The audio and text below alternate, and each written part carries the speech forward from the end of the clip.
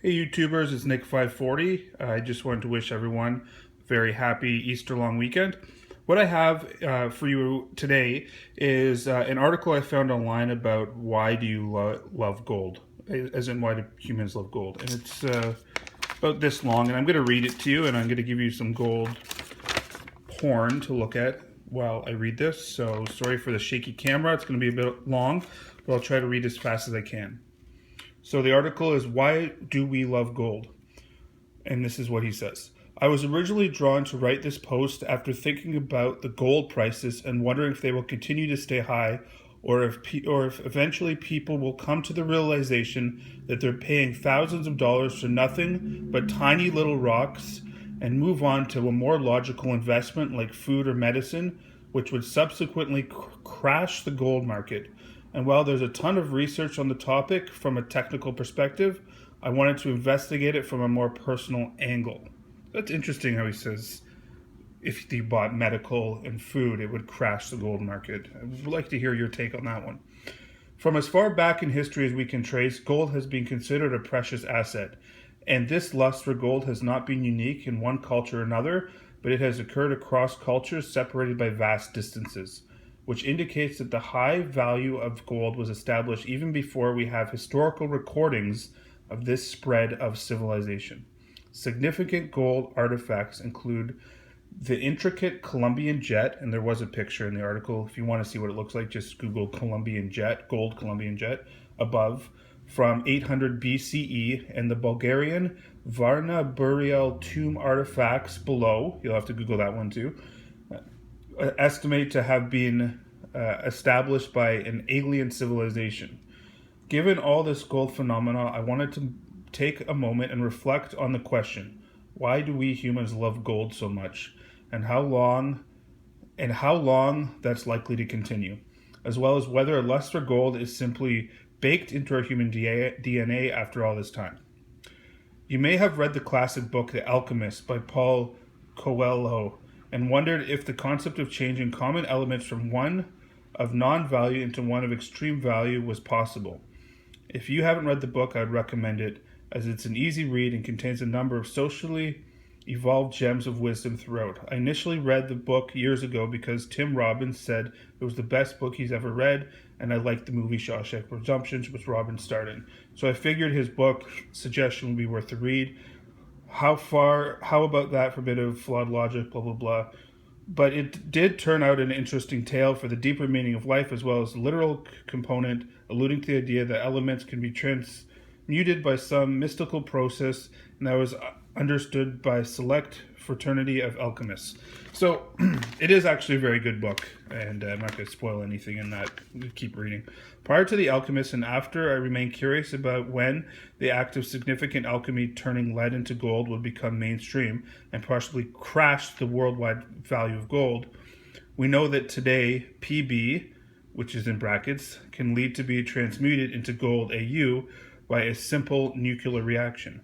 In fact, this has been performed as early as the 1950s and carried out by tossing one element into a particle accelerator and smashing it into another particle in order to create a collision strong enough to swap a few protons and neutrons and thus create the element of interest. But that said, we're still a long way from doing it in our living rooms or on a mass scale because the process is very expensive, requires rare and specialized equipment, and the whole radioactivity thing freaks some people out.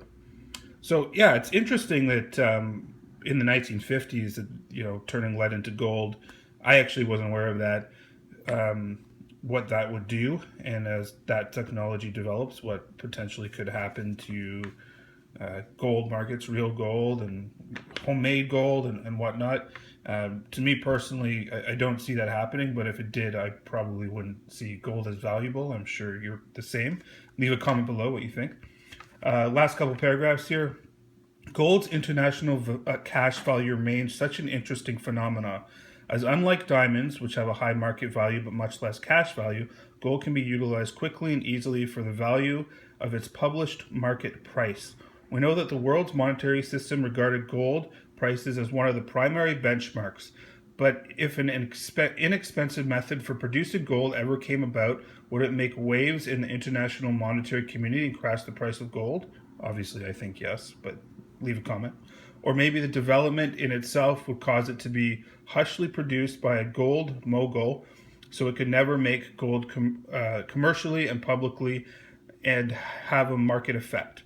Like we saw with the water engine years back. And if gold ever did become devalued, would we humans still see it in jewelry form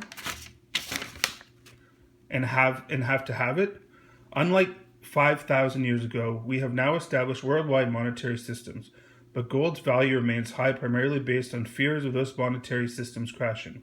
Thinking logically, which one should never rely on when investing, if the world's monetary systems did crash, shouldn't we rather own real assets, i.e. water, canned goods, food, survival items, or a metal that has value only because of an artificial system of speculation? There's no doubt that today's gold is a strong investment and hedge, but if a real worldwide monetary crash occurred, people would be looking much more urgently for commodities over gold, which would increase their value. So maybe it's just me, but the fact that humanity still values gold so highly does seem a bit unevolved given our established system of currency.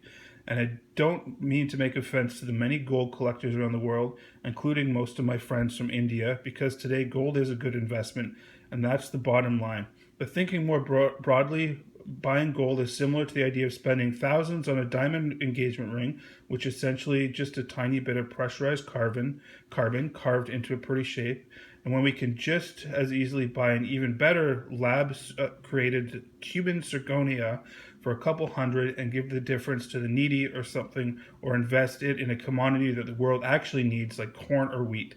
Maybe one day we will collectively get to that, but in the foreseeable future, we will probably remain more closely linked to the man below. What do you think?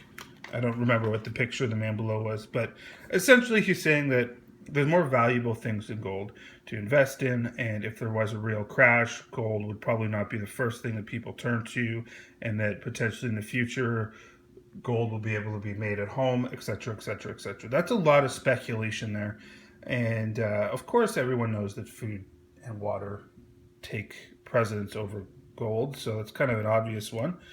I think my argument here would be that if you're looking at a monetary system that values a fiat currency versus one that's,